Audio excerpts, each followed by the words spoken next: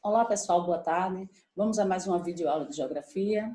Hoje nós vamos vamos analisar um pouco, estudar um pouco sobre as águas subterrâneas e os oceanos.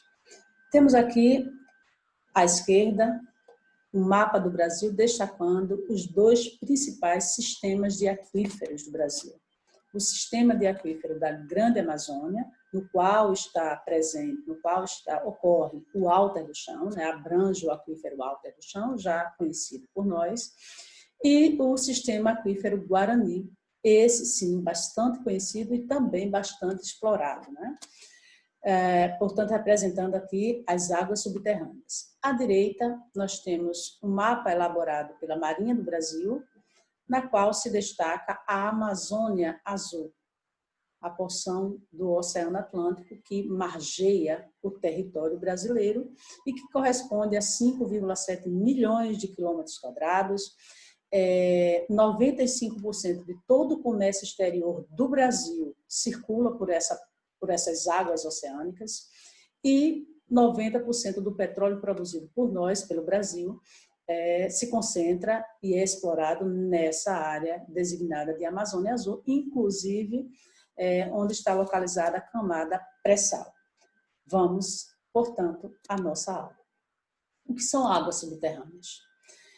Corresponde à água que ocorre embaixo da superfície, né, abaixo do subsolo, portanto, no subsolo ou em rochas, né, preenchendo ora os poros do solo, ora os vazios ou as fissuras ou as fraturas, as fendas das rochas, e que são bastante importantes, tanto para a manutenção da umidade do solo, né, fazendo com que se torne propício a ser cultivado, que podem originar nascentes de rios, manter os rios, né, o fluxo da água dos rios, áreas de lagos e também os encharcados, as áreas alagadiças, né? Mesmo quando não chove, nós temos áreas alagadas, principalmente em decorrência da existência dos aquíferos. Bom, as águas subterrâneas, portanto, correspondem a uma definição, né? É uma entidade. A outra entidade onde armazena essa água sim, ou são definidos como os aquíferos. Então, o que é um aquífero? É a estrutura, é a formação geológica, não é a própria água. É o lugar onde a água subterrânea é armazenada, pode ser armazenada. Então, o aquífero é a formação geológica que armazena a água, que pode ser, por exemplo, de rochas calcárias, rochas areníticas ou rochas cársticas, ok?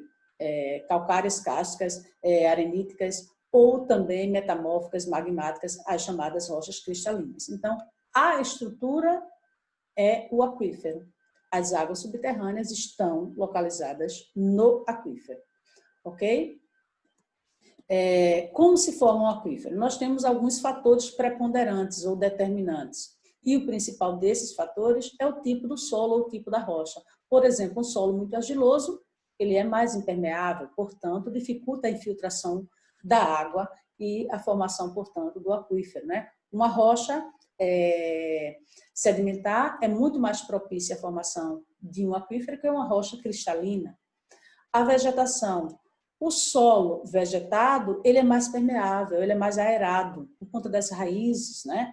Então, bem mais que o solo desnudo. Então, propicia a formação de um aquífero. A declividade do terreno também contribui, porque a declividade significa, vai determinar se a água vai escoar com mais velocidade sobre a superfície ou se vai infiltrar. Então, áreas com muito declive, o escoamento é muito mais intenso que a infiltração.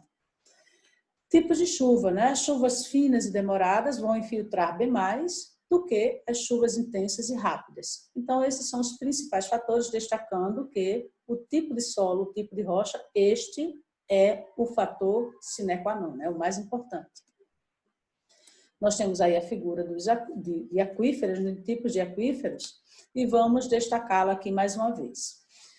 Os aquíferos são classificados em aquíferos livres, ou aquífero livre, geralmente em solos ou rochas permeáveis, rochas sedimentares, portanto. Ele é chamado popularmente, né, nós conhecemos como lençol freático. é a formação. Que aquífero é isso? O que é o lençol freático? É uma formação geológica permeável, portanto, parcialmente saturada de água, e sempre é limitado na base do aquífero por uma camada, por uma rocha impermeável, para que a água não migre, a água não escoe. Então, é o aquífero livre, porção superior, solo, rocha permeável, porção, a base, a porção inferior, rocha impermeável. O nível da água nos aquíferos livres sempre está à pressão atmosférica. E a água, desse modo, a água pode minar naturalmente para a superfície. Como é que se forma um rio a partir de um olho d'água, de uma mina d'água, né? Quando o lençol freático satura e acende a superfície, a água. Quando aparece a superfície, aflora a superfície. Então, nesse caso, a pressão atmosférica está, a pressão da água subterrânea está a mesma da pressão da superfície.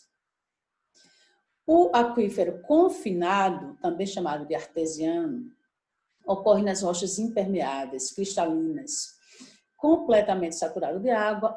Tanto o limite superior, né, o teto, a porção superior do aquífero, quanto a porção inferior, são formados por rochas impermeáveis. Por isso que a água fica confinada, presa.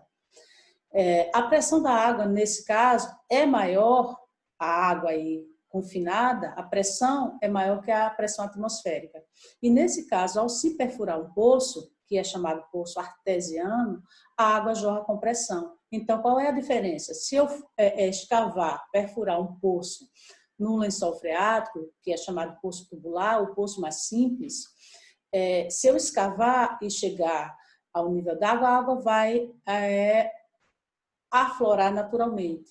Nesse caso aqui, geralmente se utiliza equipamentos bastante sofisticados, a água jorra com pressão, o poço artesiano, certo? Então, a diferença aí entre os dois aquíferos. Confinado, quando a água está presa em camadas de rochas impermeáveis, e aquífero livre, ele está livre para a água é livre para aflorar a superfície. Portanto, o aquífero livre ocorre em rocha sedimentar ou no solo, tem sempre a base de rocha impermeável.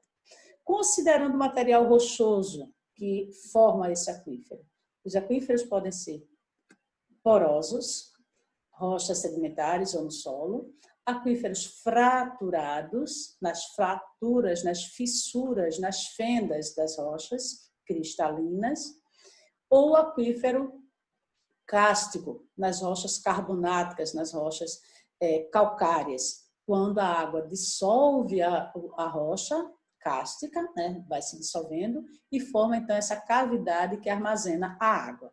Aí nós temos o exemplo de um aquífero cástico, né, geralmente em cavernas, né? A água vai dissolvendo a rocha cástica, né, o relevo cástico aqui, e forma então essa área que armazena água, geralmente bastante utilizada como atrações turísticas, né? Mergulhos em rios subterrâneos.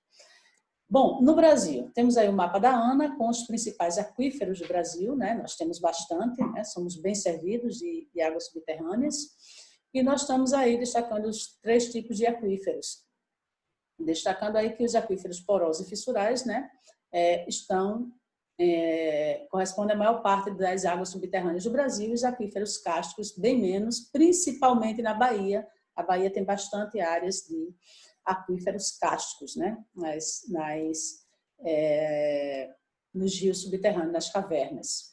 Pois bem, os aquíferos fissurais ou de fraturas são formados nas rochas ígneas ou metamórficas, as cristalinas. Então, as fraturas das rochas vão armazenando, né, escoando e armazenando água.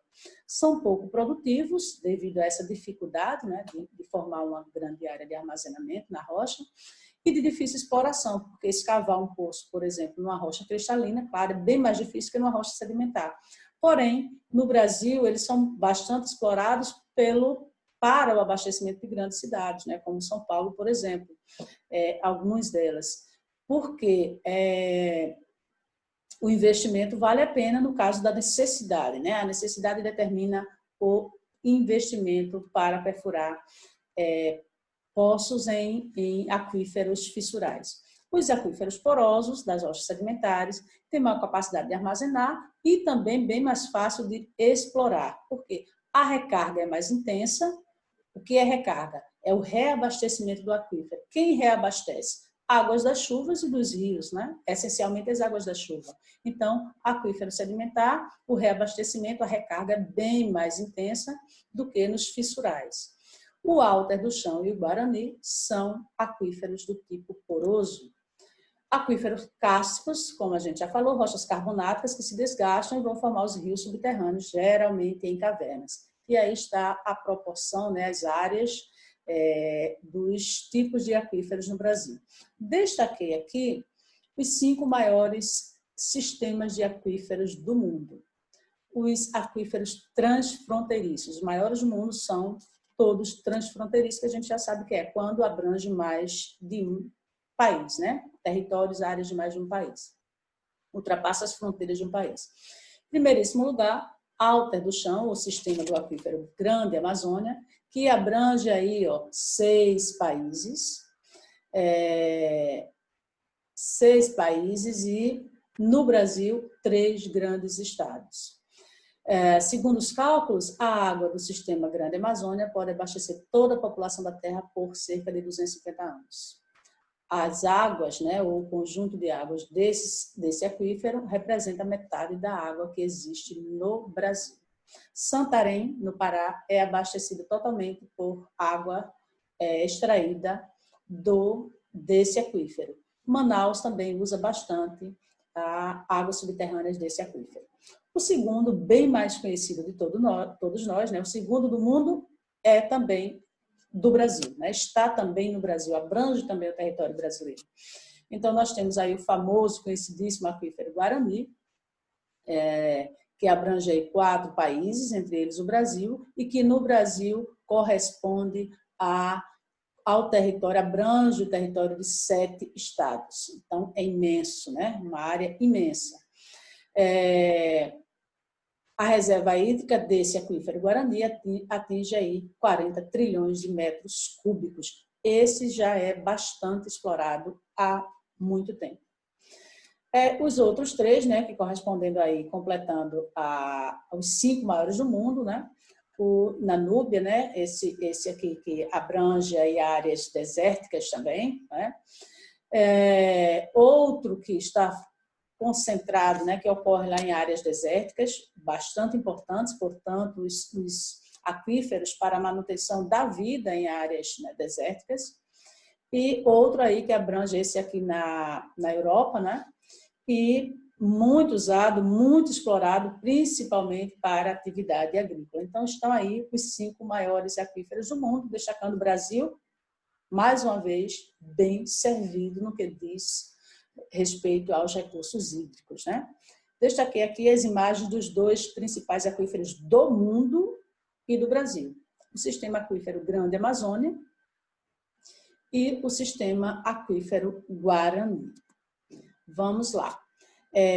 Portanto, o Brasil foi mapeado pela ANA cerca de 181 aquíferos ou sistemas de aquífero, né? Sendo os 2 principais, claro, o da Amazônia e o do Sudeste, Centro-Oeste, o Guarani. O que é que nós temos? 52% dos municípios brasileiros já utilizam, são abastecidos. Total, 36% dos municípios brasileiros são abastecidos totalmente por águas subterrâneas, certo? Então, olha a importância dessas águas para a manutenção da nossa sociedade, da vida e das atividades econômicas. Os principais aquíferos do Brasil estão em rochas, em bacias sedimentares, em áreas sedimentares. Claro, é bem mais propícia, né, a rocha sedimentar de formação de aquíferos. Vamos lá. Aqui eu destaquei o Guarani. Aí está um recorte, né, um desenho, uma imagem do aquífero Guarani. E como é que se aproveita, né, as águas subterrâneas? Destacando aí, em tempos de crise hídrica no mundo inteiro, o Brasil, mais uma vez, se destaca como a caixa d'água do planeta, né? Os grandes aquíferos do mundo estão aqui presentes, ocorrem aqui no Brasil. Para aproveitamento das suas águas, né, das águas subterrâneas, tem alguns fatores, alguns condicionantes. Primeiro, de quantidade, fator quantitativo. Tem a ver com a capacidade do aquífero de armazenar água. Então, claro que a quantidade vai definir o investimento em sua exploração, certo? Então, condicionante para explorar é a quantidade inicialmente. Os aquíferos têm diferentes taxas de recarga e quanto maior a quantidade de água, mais fácil, né, é a sua exploração. Qualitativo, relacionado à geologia, né, as condições climáticas, geológicas e das atividades que são exercidas na superfície. Então, será que a qualidade da água presente no aquífero é satisfatória para ser explorada e consumida pela sociedade? E o terceiro fator é o fator econômico. Depende, claro, da profundidade onde está esse aquífero e dos investimentos para ser explorado. Então, será que o investimento para chegar a essa água profunda vale a pena? Então, são os condicionantes para a água subterrânea ser explorada. A quantidade de sua existência, a qualidade e a profundidade, que determina também a questão econômica. Aqui eu destaquei uma notícia, né, publicada o ano passado sobre o aquífero Guarani. Este aí, ó, responsável por 70% do abastecimento público do município de Araraquara. Então, veja a importância desse aquífero para esse município, né? Para as atividades para a população desse município. Funções. Quais são as funções dos aquíferos? Tanto funções do ponto de vista da natureza, dos serviços ambientais, quanto funções para as sociedades humanas. Então, principais funções. Produção, fornece água em quantidade e qualidade para usos múltiplos, então a produção de água mesmo. Estocagem, regularização, estoca a água, armazena a água, como se fosse uma caixa d'água subterrânea, né? Então, em períodos de seca, né? Claro, em período de chuva eles são armazena-se mais água, mas no período da estiagem eles podem servir tanto aos rios e lagos para regularizar o fluxo dos rios e dos lagos, né, um serviço ambiental, quanto para a exploração humana. Filtragem, os aquíferos filtram a água subterrânea geralmente é de melhor qualidade, porque o próprio o sistema, a rocha, o solo vai filtrando a água. Transporte, o próprio aquífero transporta a água de um lugar para outro. A área de recarga pode ser diferente da água onde está infiltrada a água, né? Onde se armazena, infiltra e armazena. Porque o tamanho do aquífero faz com que, né, os maiores, a área de recarga seja diferente da área, por exemplo, onde a água está sendo explorada. Então, transporta-se água. Estratégia, né? Protege a água armazenada, tanto da evaporação, né? Protege, lá está guardada, armazenada, quanto também de guerra, sabotagem. A gente sabe que tem problemas, tem a guerra química também, né? Então, a gente já viu na história conflitos que alguém sabota o recurso hídrico, né? Destrói represa, etc. Então, a água está lá protegida. Enfim, né? Fornece tem uma série de funções para tanto ambiental como para a sociedade onde está aquele aquífero. No Brasil, aqui são os principais usos das águas subterrâneas no Brasil. E aí o que é que nós temos? O que é que se destaca mais aqui? Abastecimento doméstico, né? Principalmente abastecimento doméstico, e agricultura pecuária, né? Atividades econômicas e a manutenção, né? O abastecimento humano no Brasil, principalmente para isso. E aí a gente destacando mais uma vez, né, há alguns municípios, né, grande parte dos municípios do Brasil depende de águas subterrâneas, porém, sim, 17%, mais de 17% da população brasileira precisa, né, usa as águas subterrâneas, porém o seu uso é inversamente proporcional ao tamanho do município. Quer dizer isso? Por que eu destaquei isso? Quanto menor o município, geralmente o investimento público de armazenamento, de tratamento e de distribuição de água é menor, né? Quanto menor o município, mais difícil o investimento público para os recursos hídricos, o acesso da população aos recursos hídricos. Então, quanto menor o município, geralmente o acesso à água subterrânea é maior, porque cada casa perfura um poço, né?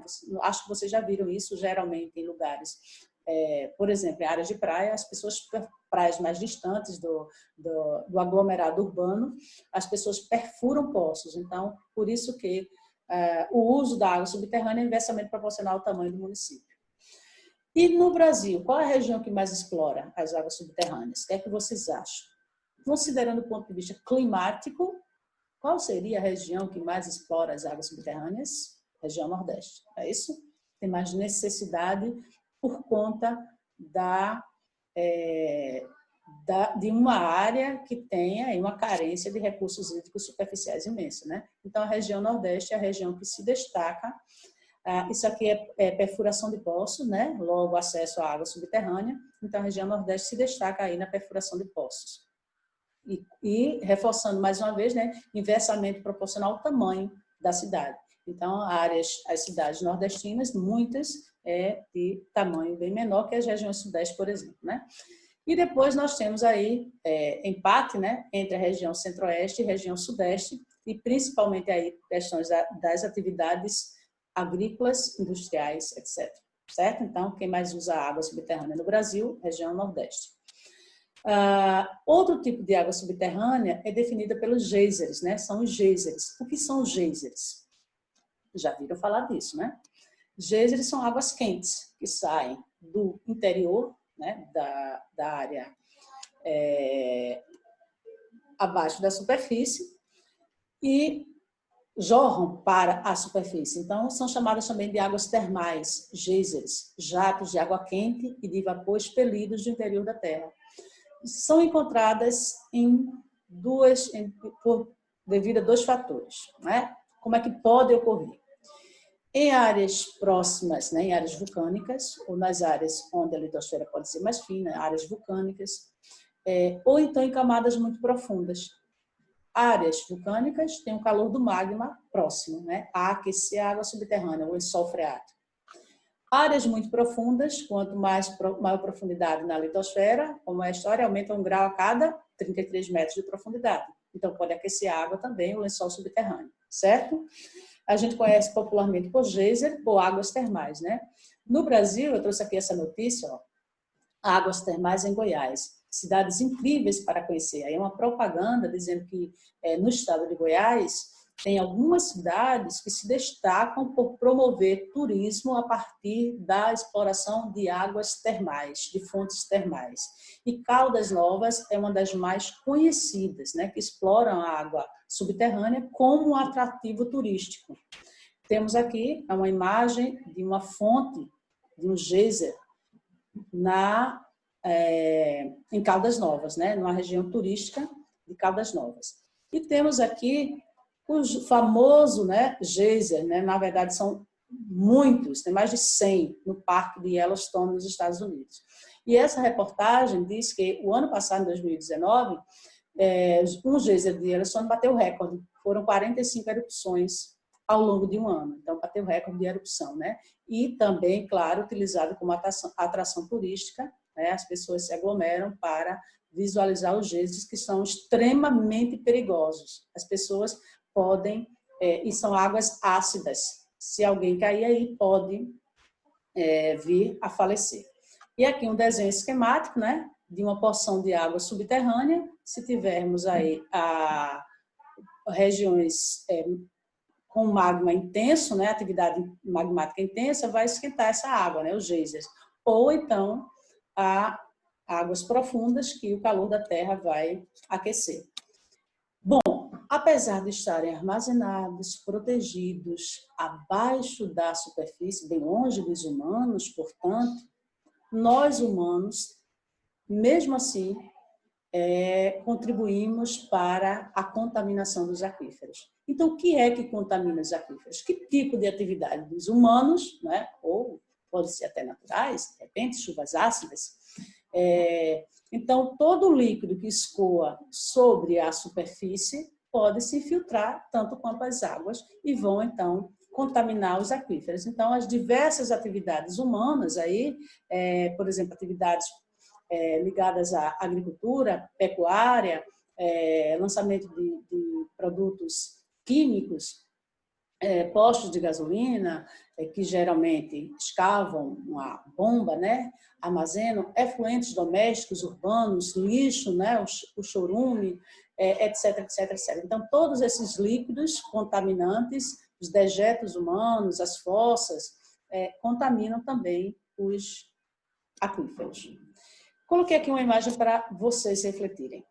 E a pergunta é, aqui nós temos um poço bastante simples, e a pergunta é, aparentemente, nessa imagem, indica que esse poço foi escavado em aquífero livre ou confinado? Ele apenas perfurou o poço de maneira simples e colocou o balde aqui com a roldana para extrair a água. Qual é a resposta desta pergunta? Fica no ar. Pois bem, e aqui, outra questão para vocês. Nós temos aqui, imagem A, poços jorrantes. Imagem B, um olho d'água, uma mina d'água, que é a nascente do Rio São Francisco, do nosso Rio São Francisco. É uma mina d'água. É o lençol freático aflorando. Que tipo de aquífero está representado em cada imagem? Que tipo de aquífero é esse? É confinado ou freático? Ou livre, né? E esse aqui? Livre ou confinado? Fica a reflexão para vocês. Respondam lá no nosso ambiente virtual. Aqui eu trouxe uma notícia, né, da importância dos aquíferos.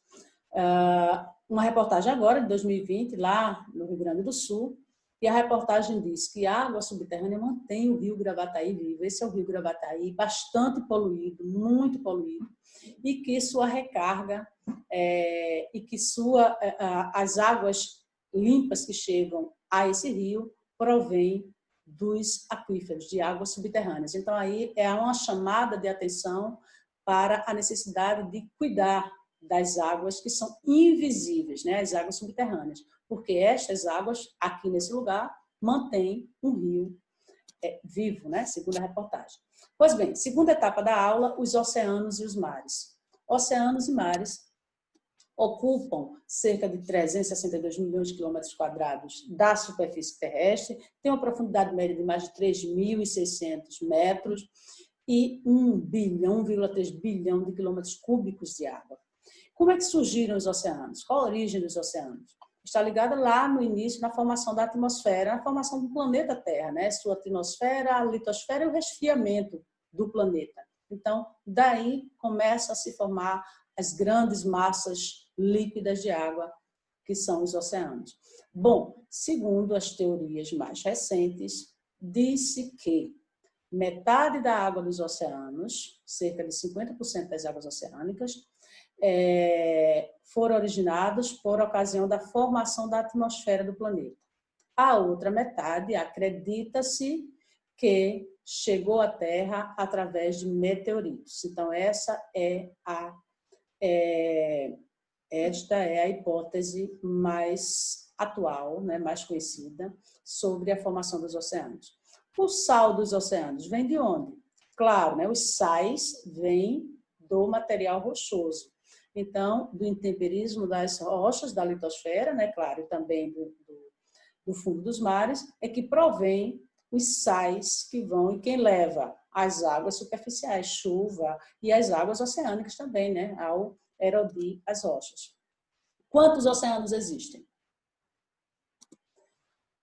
Apenas, né, segundo aí a ciência, né, existe apenas uma massa de água global, porque não existe paredes, muros separando essa porção de água que envolve a Terra. Então, existe apenas um oceano global, uma massa de água, dividida em 5 regiões. Então, uma massa líquida dividida em 5 regiões, que a gente chama, então, de 5 oceanos, né? A Terra, a superfície da Terra é recoberta, disse que 70%, em torno de 71% da Terra, da superfície, é formada por água, é recoberta por água, e essa água é dividida em 5 regiões que a gente chama de 5 oceanos, né? O Ártico, o Atlântico, o Índico, o Pacífico e o Oceano, o Sul, né? Ou o Oceano Antártico, certo? São os 5 oceanos.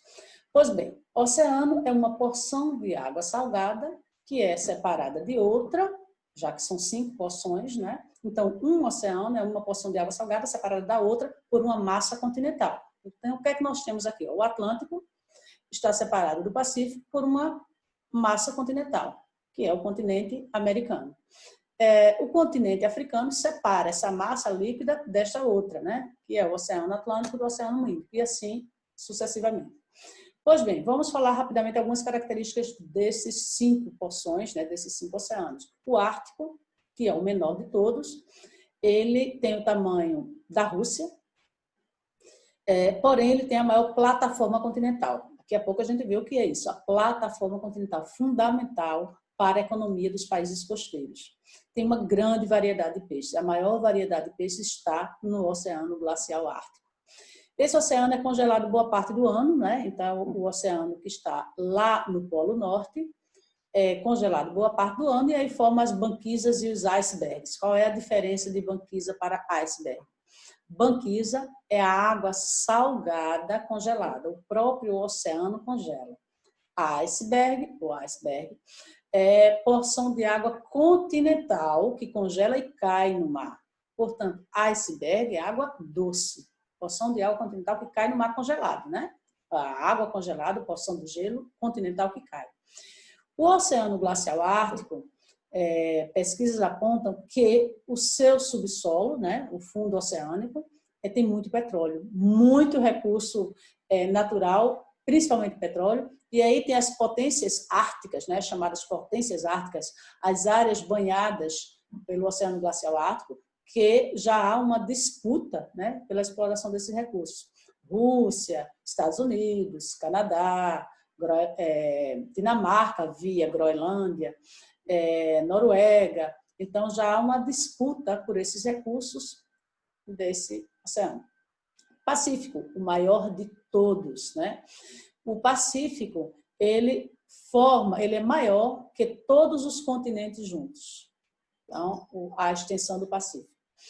75% dos vulcões ativos do planeta também estão localizados aí na região do Pacífico, né? O cinturão do Pacífico. O Pacífico também é responsável pela formação do El Niño, né? O aquecimento anormal das águas às costas do Peru, né? Então, o El Niño tem a maior fenda do planeta, né? A maior cavidade do planeta Terra, a Fossa das Marianas, e está presente nas 5 zonas climáticas: tropical, temperada do norte, temperada do sul, glacial, ártica e antártica. E o que é que significa isso? Então, ora, tem áreas bastante aquecidas, até a ponto de formar o El Niño, né? Porque está na região equatorial, ora tem parte de suas águas congeladas. Então, esse é o Oceano Pacífico, né? Pode congelar ou até aquecer a mais de 30 graus. O Índico. O Índico é um oceano que cresce 20 centímetros por ano. É um oceano em crescimento. Como é que o oceano cresce? Como é que o assoalho oceânico cresce? Lembra lá das placas tectônicas? Então, fica aí, não vou dar a resposta. Como é que pode o fundo oceânico crescer? E o Índico é o que mais cresce. Por que o Índico cresce 20 centímetros por ano? O que é que ele tem de diferente? Sua superfície tem de diferente relacionada à movimentação das placas tectônicas. Reflitam. Produz cerca de 40% do petróleo do planeta. Então, olha a importância econômica. É o mais quente de todos, o Índico. E tem a menor biodiversidade justamente por ser o mais quente. Atlântico. O que é que tem o nosso Oceano Atlântico de diferente dos demais? O que é que o faz diferente? Primeiro, é o mais importante economicamente, ele é o elo entre a Europa Ocidental e a América Anglo-Saxônica. Olha a importância econômica disso aí. Abriga a mais nova ilha do planeta, que foi descoberta em 1963, e tem também a maior cadeia submersa dos oceanos, que o nome dela qual é? A dorsal mesoatlântica, né? Então, isso faz com que o Atlântico seja o mais navegável, né? Justamente por conta dessa ligação aqui, desse elo de ligação. É o nosso oceano, né? É o que banha as costas do Brasil. O Antártico é o único que dá a volta ao globo. Olha a característica especial dele. É o único oceano que dá a volta, está lá no Polo Sul e dá a volta ao globo, circunda o globo terrestre. tem a maior reserva de água doce do mundo. 81% da água doce congelada do mundo está aí no Oceano Antártico. É o habitat do maior mamífero da Terra, a baleia azul. Então, a importância lembrem, né? Lembrem da fertilidade desse oceano também, por conta do CRIO que vocês estudaram lá no 9º ano, né? Então, aí estão as principais características das 5 massas, né? Das regiões de massas oceânicas do planeta. Bom, qual é a função dos oceanos? A função ambiental, a função econômica? Quais são as principais funções das águas oceânicas? Os cientistas definem que os oceanos formam a base da vida no planeta. Cerca de 50% do oxigênio do planeta Terra provém dos oceanos. E, por outro lado, absorve 30% do CO2 emitido. E dizem, então, que cobre 70% do planeta, né? A gente já viu, é importante, isso faz com que ele seja importante regulador do clima, né? A absorção do calor e depois a transmissão desse calor para a atmosfera, a evaporação, a manutenção das chuvas. Então, a importância dos oceanos como regulador do clima, fundamental, né? 25% da vida marinha está nos recifes e corais, a biodiversidade é imensa dos oceanos, e a proteína, né, a alimentação das pessoas. Então, a base da vida no planeta Terra está nos oceanos, segundo os cientistas. Ainda reforçando, né, a relação dos oceanos com o clima. Cerca de 50% do oxigênio, né, na verdade aí a pesquisa diz que 55% provém dos oceanos. E aí o que significa isso? Que a gente sempre falava que o pulmão do mundo era a floresta amazônica. E ultimamente os cientistas vêm afirmando que, na verdade, são os oceanos que são o pulmão do mundo, né? Que corresponde ao pulmão do mundo. E trouxe mais uma notícia, né? Notícia deste ano, agora em setembro, uma pesquisa internacional afirma que a captação de carbono dos oceanos é bem maior do que as pesquisas anteriores. Então, ele capta bem mais gás carbônico, né? Isso é fundamental para a nossa existência, nossa vida também, né? O excesso de gás carbônico pode colaborar aí para o aquecimento global. Então, vejam a relação aí. Nos produz, né, o oxigênio, enquanto capta ou captura o gás carbônico. E aí está, a pesquisa foi desenvolvida nessas regiões, né? Aqui são os cruzeiros de pesquisa que registraram, então, essa informação sobre a captura de gás carbônico pelos oceanos. Bom, a OCDE, que é a Organização para a Cooperação e Desenvolvimento Econômico dos países, a OCDE afirma que os oceanos representam a nova fronteira da economia mundial. E a OCDE trouxe essas informações aqui, que o valor dos oceanos, né, a partir do que ele oferta de produção direta, por exemplo, como a pesca, então tem produção, a gente extrai produtos, como com o comércio e o transporte, né, via de comércio, de transporte de bens, mercadorias e pessoas, e outros recursos que ele chamou de adjacentes, como a captura de carbono. Então, tudo isso a OCDE calculou e disse que o valor dos oceanos está em torno de 24 trilhões de dólares. Ainda sobre essa importância econômica dos oceanos, a OCDE levantou aí as principais atividades industriais baseadas nos oceanos, né? Então, está aí a lista com seus respectivos valores calculados pela OCDE. Então, veja a importância das águas oceânicas, né, em diferentes, analisadas a partir de diferentes órgãos, né, do mundo. Bom, sobre as águas oceânicas ainda, nós precisamos falar dos mares, né? Os mares, a gente conhece, por exemplo, fala muito do mar Mediterrâneo. Qual é a diferença, então, do oceano para o mar? O mar é a extensão natural dos oceanos. a região, eu diria que é a porção do oceano próxima dos continentes. Por exemplo, quando você vai à Boa Viagem, se banhar, né, mergulhar no mar, você não diz eu vou ao mar, vou ao Oceano Atlântico, né? A gente diz ao mar de Boa Viagem. Então, é a porção do oceano próximo a um continente e dá-se o nome desse lugar ao mar. Por exemplo, aí nós temos um mapa com os principais mares e eles são classificados de acordo com a sua relação com o continente, em mares abertos, mares interiores e mares fechados.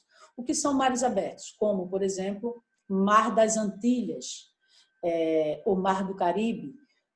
Por que ele é aberto? Porque ele não tem nenhum empecilho de comunicação com o oceano. Ele está totalmente aberto em relação ao oceano propriamente dito, Mar Arábico, o Mar da China. Então, são mares chamados mar aberto. Mar interior, quando ele está mais dentro do continente. Porém, ele se comunica com o oceano. O Mar Vermelho, o Mar Mediterrâneo, está mais dentro do continente, mas se comunica com o oceano, tem uma comunicação. E o mar fechado, quando não há nenhuma comunicação com o oceano. E aí os grandes exemplos, né? O Mar Cáspio, o Mar de Aral, são mares fechados, certo?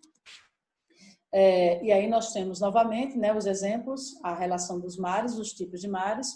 E aqui eu destaquei alguns movimentos das águas oceânicas, os principais, né, que a gente mais conhece, as ondas, as marés e as correntes marítimas. Ondas, né, movimentos superficiais causados pela ação do vento, a oscilação das águas oceânicas causadas pelo vento, as marés, oscilação das águas oceânicas causadas pela atração dos astros sobre as massas líquidas da Terra.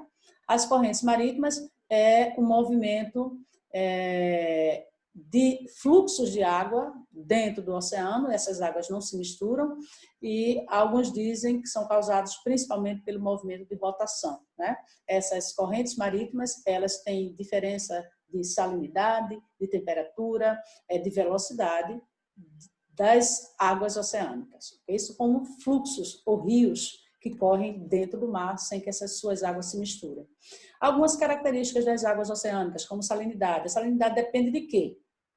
Claro, da entrada de sais, né, levados pelas águas superficiais, e também da temperatura, né? Se o mar, o oceano estiver num lugar muito quente, vai ter maior evaporação, logo vai aumentar a sua salinidade, né? Os sais ficam.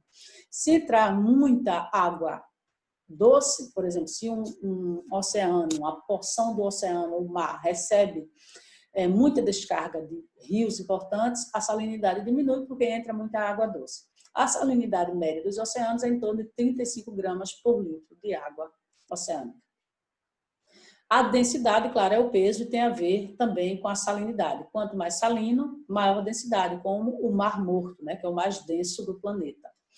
A temperatura depende inicialmente de quê? Da localização do oceano, né?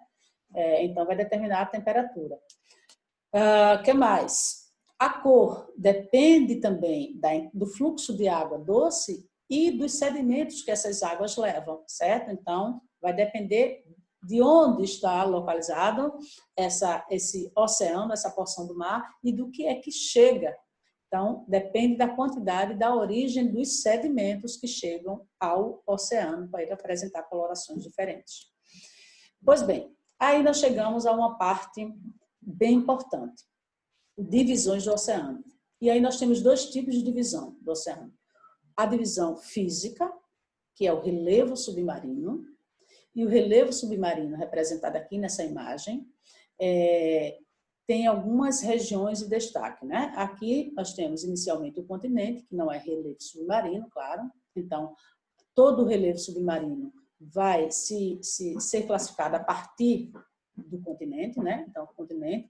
Então, primeira porção do relevo submarino, plataforma continental, aqui o número 2, plataforma continental. E o que é a plataforma continental? É a extensão do continente. O que chama continental? É uma plataforma que tem a sua característica, sua formação atrelada ao continente. Extensão do continente. Vai de 10 a 500 metros de profundidade.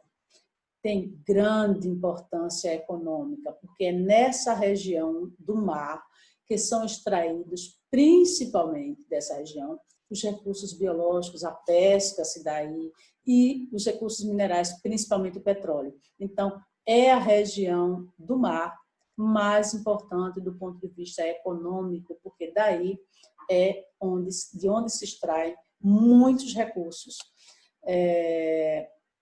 para as atividades desenvolvidas no continente.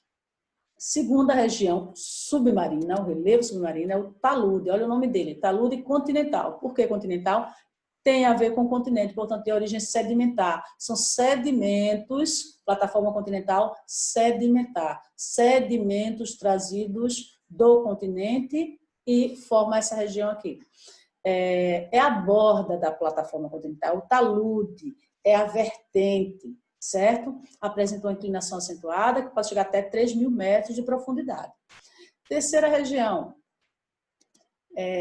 a bacia oceânica, ou a planície abissal. Alguns chamam também de o fundo dos oceanos, o fundo do mar. Então, se nós temos a plataforma, o talude, o que vem a seguir, né, número 5, é a planície, é o fundo do oceano, certo? A planície abissal, a bacia oceânica. É a área entre os taludes. Por que entre os taludes? Em outro lugar, que vai ter aqui outro continente, tem outro talude, certo? Então, essa região entre um talude e outro talude, imagina Brasil e África. Aí nós temos a plataforma africana, a plataforma brasileira, e no meio é essa planície abissal, ok? Pode chegar até 5.000 metros. As dorsais, todos nós já conhecemos, nas cordilheiras oceânicas, né, formadas por montes e formadas por ilhas, né, as dorsais. As fossas, o que são fossas? São as fendas, as cavidades, as regiões profundas, as depressões, geralmente bem estreitas, que podem chegar até mais de 11.000 metros, que é a mais conhecida, mais famosa, né, a Fossa das Marianas. Então, aí está o relevo submarino. Lembrando que trouxe novamente aqui a imagem do relevo submarino, né, a plataforma continental, o talude, a planície abissal e uma fossa oceânica aqui. A plataforma continental e o talude constituem a margem do continente. É ainda um pedaço do continente que está submerso, certo? É a porção do continente submerso, plataforma continental e o talude. Pertence ainda à crosta continental, mesmo submerso. E aqui está o limite entre a crosta oceânica e a crosta continental, é exatamente o final do talude, né? Terminou o talude aí, começa então o fundo do oceano, é a crosta oceânica, portanto, né? Então aí o limite entre a crosta oceânica e a crosta continental. Pois bem, e agora a gente vai para outra classificação dos oceanos, né? É a definição a partir do uso das águas. É uma definição meio que geopolítica do uso, do acesso e do poder sobre os oceanos. Então, os tipos de espaço definidos pela Convenção da ONU, a ONU é que organiza isso, sobre os direitos do mar. Então, o mar, dessa maneira, o oceano, é dividido em mar territorial, zona econômica exclusiva e plataforma continental. O que é que nós temos aí? O que é mar territorial? Mar territorial é uma região, é uma área do oceano que vai até 12 milhas náuticas. Uma milha tem em torno de 1.800 quilômetros. Então, 1,8 quilômetros, desculpa. Então, praticamente a extensão do território continental. O Brasil, ou qualquer território, qualquer estado costeiro, tem plena soberania sobre esta região do mar. Então, qualquer país costeiro tem um domínio, tem uma extensão de território, tem uma soberania plena sobre o mar territorial, que corresponde a uma porção que vai da linha de base, o que é a linha de base? A praia, até 12 milhas náuticas. Então, essa região é território do país. O país tem soberania, o país costeiro. Aqui não pode sobrevoar, então não só domínio das águas, como domínio do espaço aéreo. Aqui não pode ninguém ultrapassar sem ter autorização do governo brasileiro. É a mesma coisa que invadir o seu território. O espaço aéreo e o navio não pode circular aqui sem autorização prévia do país, ok? Então, isso é o mar territorial, é posse. Zona econômica exclusiva, o que significa isso? Vai até 12 milhas náuticas. É uma região na qual, e aqui está, ó, mar territorial, zona econômica exclusiva, é uma região na qual o país costeiro tem todo o direito de explorar, exclusivo direito desse país costeiro de explorar. Então, a zona econômica exclusiva, até 200 milhas náuticas, o país costeiro tem exclusividade na exploração dos seus recursos. Porém, se este país costeiro não tiver condições de explorar, ele tem que liberar para outro país que assim o deseje, ok? Extensão da plataforma continental é o que o Brasil deseja. O Brasil deseja prolongar a sua plataforma continental, ele está reivindicando o direito exclusivo de explorar os recursos, estendendo a sua plataforma continental. Já vamos falar disso. A plataforma continental geográfica, que a gente já falou, não tem medida definida juridicamente. E aqui, essa definição da Convenção do Mar é uma definição jurídica, né, de uso do oceano. A plataforma continental, que é sedimentos trazidos do continente, não tem uma medida definida, porque está atrelada aí ao continente, então não tem aí uma jurisprudência. No entanto, o Brasil pretende... Mas o que é a plataforma continental? É a região onde se extrai maior quantidade de recursos, né? Que é do continente, né?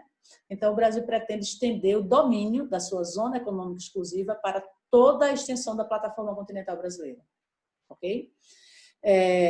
Então, nós temos aí uma relação território brasileiro, o tamanho do nosso território é mais de 8.500.000 km², né? O Brasil tem hoje o domínio sobre as águas oceânicas de 3,6 milhões de km². Ele está solicitando ampliar esse domínio. E aí formaria-se 5,7 milhões de km² de território, né, água e território continental de domínio do Brasil.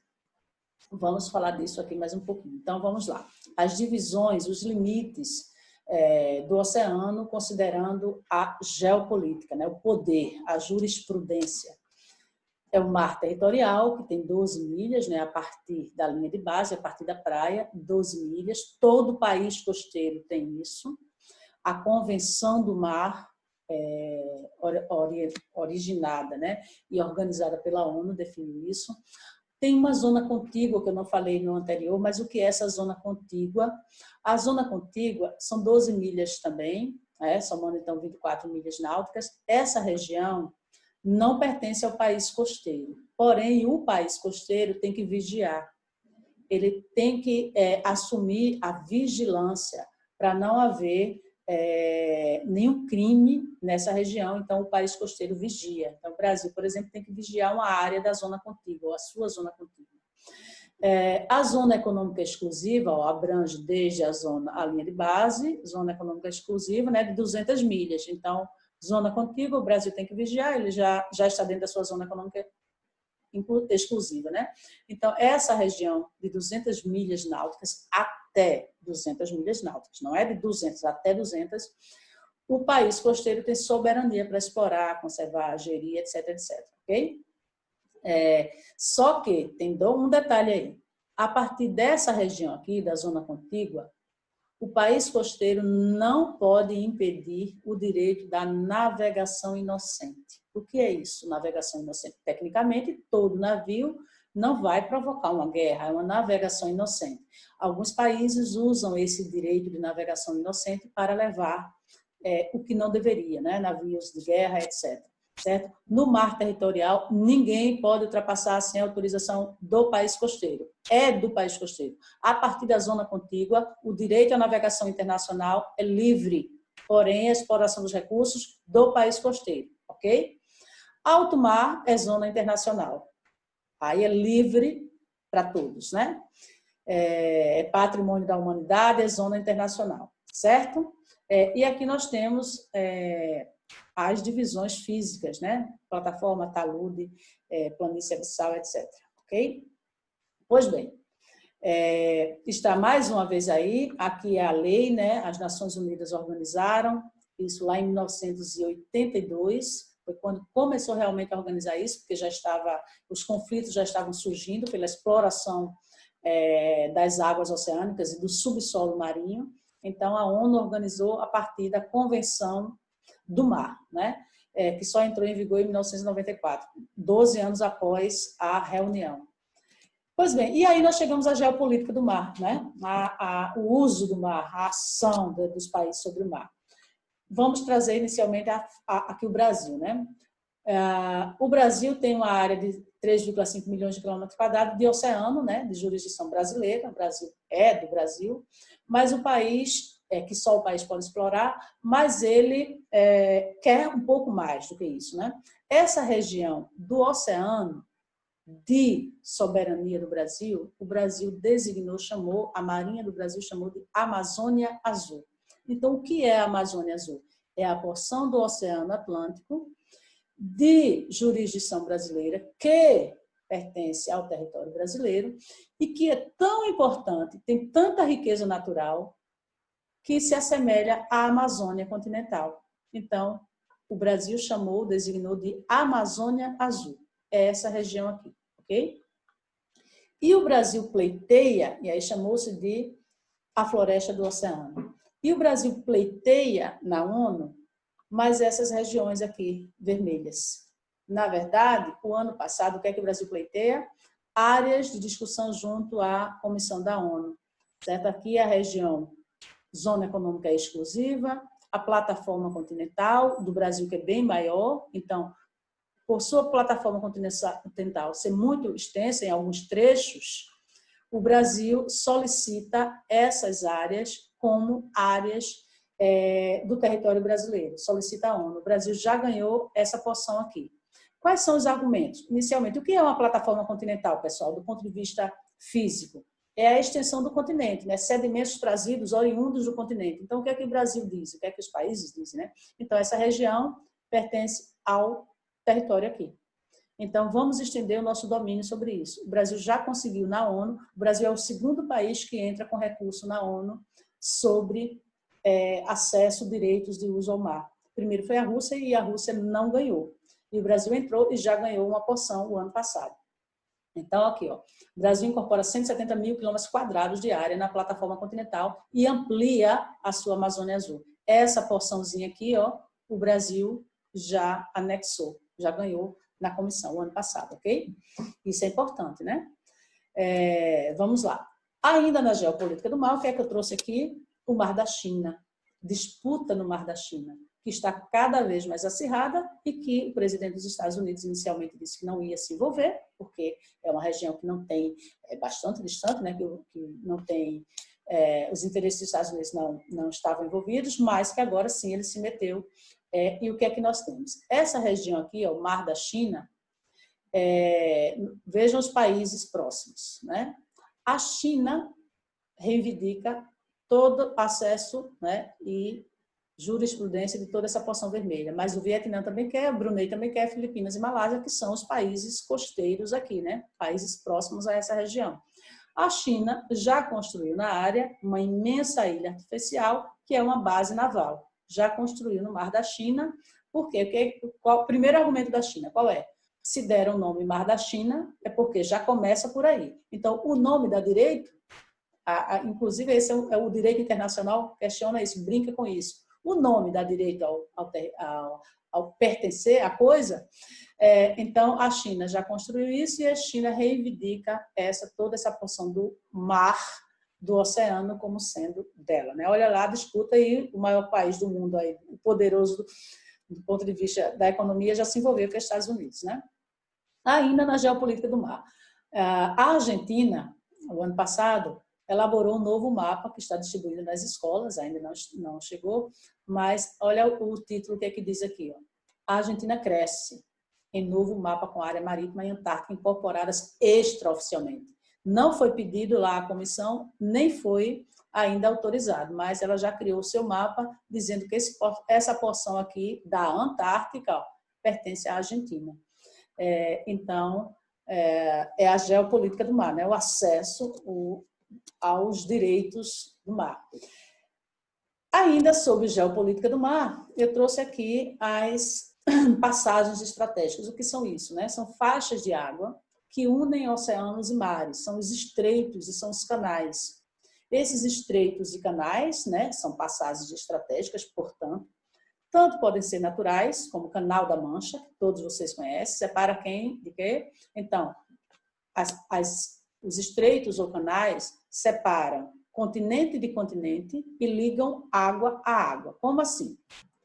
Canal de Suez, que é artificial, separa essa porção de terra, né, o Egito africano, do Egito asiático, esse pedacinho do Egito asiático. Corta, separa a terra, separa território e une águas. Une o Mar Vermelho ao Mar Mediterrâneo, o Canal de Suez. Então, podem ser naturais ou artificiais, né, como Suez e Panamá, que não está aí.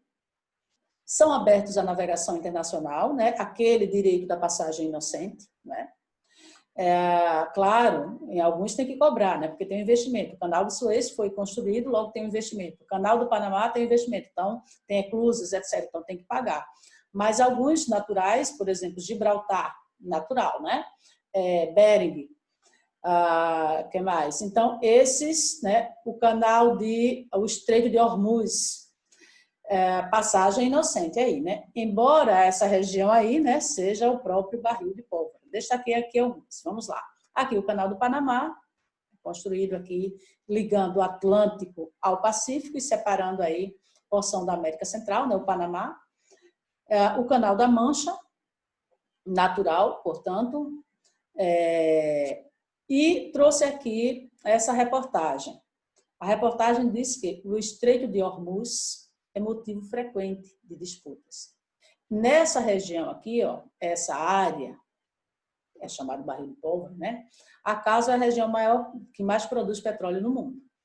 E vejam a ligação desses canais, desses estreitos. Ó, saindo aqui da América, eu posso ir rapidamente para a Ásia, atravessando aqui Gibraltar, ou vindo da Europa, né, Gibraltar, eu atravesso, corto aqui por Suez e saio no Estreito de Babel e chego rapidamente à Ásia. Então, são passagens chamadas de estratégicas por conta disso, né? E quem domina uma passagem dessa também dificulta bastante, né? Facilita a sua vida e dificulta dos demais. Imagine em caso de guerra, bloqueasse esses acessos aqui, né? Tendo um navio estacionado aqui, olha o acesso à Europa, olha o acesso à América. Então, são passagens estratégicas. E nessa região aqui do Estreito de Hormuz, passa um terço de todo o petróleo que se produz e que se transporta pelo mar. Então, veja a importância do domínio desses estreitos, né? Especialmente desse aqui.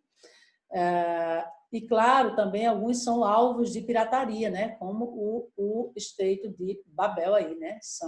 Aqui tem muitos piratas, chamados piratas modernos, né? Djibouti, Eritreia, etc.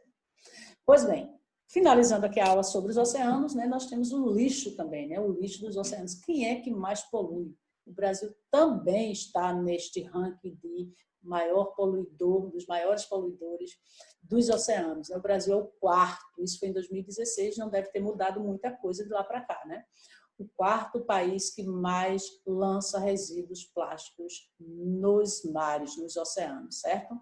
E aí, a partir disso, desse lançamento de lixo, especialmente os plásticos, né, que não afundam, ficam visíveis, existe uma grande mancha de lixo no Pacífico, que é o maior, aqui são os 4 maiores chamados giros, né, ou ilhas de plástico, ilhas de lixo. As maiores, né, as maiores ilhas de lixo dos oceanos. A maior de todas está aqui, ó, no Pacífico, é chamado Giro do Pacífico. Ou a Ilha Invisível, ou a Ilha de Lixo, tem várias denominações, que é essa aqui, ó. Essa é a foto, né, de uma porção da maior ilha de lixo. Tamanho da ilha de lixo de plástico do Pacífico equivale à área total da Alemanha, Espanha e França juntas. Então, olha o tamanho, é maior que 3 imensos, né? A Alemanha é imensa. 3 países europeus formam essa ilha de lixo no Pacífico. E disse as pesquisas que em 2050 os oceanos terão mais plásticos do que peixes.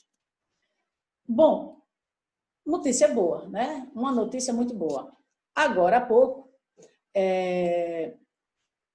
houve uma competição na NASA para projetos que limpassem os oceanos. E 2 equipes brasileiras ganharam. Estavam entre os vencedores. Projetos para limpar o oceano brasileiros vencem na NASA, né? Criaram 2 estratégias diferentes para retirar o lixo do mar. Depois vocês assistem, leiam e pesquisem sobre isso, né? Jovens brasileiros, uma equipe da Bahia, outra equipe de São Paulo, ganharam a competição. E aqui 10 maneiras de você salvar ou tentar salvar os oceanos a partir de atividades em sua casa, na cidade ou atividades na água, né? Então, o que é que eu posso fazer para tentar salvar os oceanos? Bom, finalmente, as curiosidades, né, que eu sempre trago. E aí eu trouxe 2, uma sobre as ilhas de plástico, que vocês podem ver, já citei aí, né, as famosas ilhas de plástico, e um vídeo por que 2 oceanos não se misturam. Se a gente chegar nos limites dos oceanos, dá para perceber onde as águas de um e as águas do outro estão. Por que 2 oceanos não se misturam? E aí eu finalizo a aula. Obrigada pela atenção, bons estudos e procurem responder as questões que eu deixei aí no vídeo, tá bom? Obrigada pela atenção e até mais, até a próxima videoaula.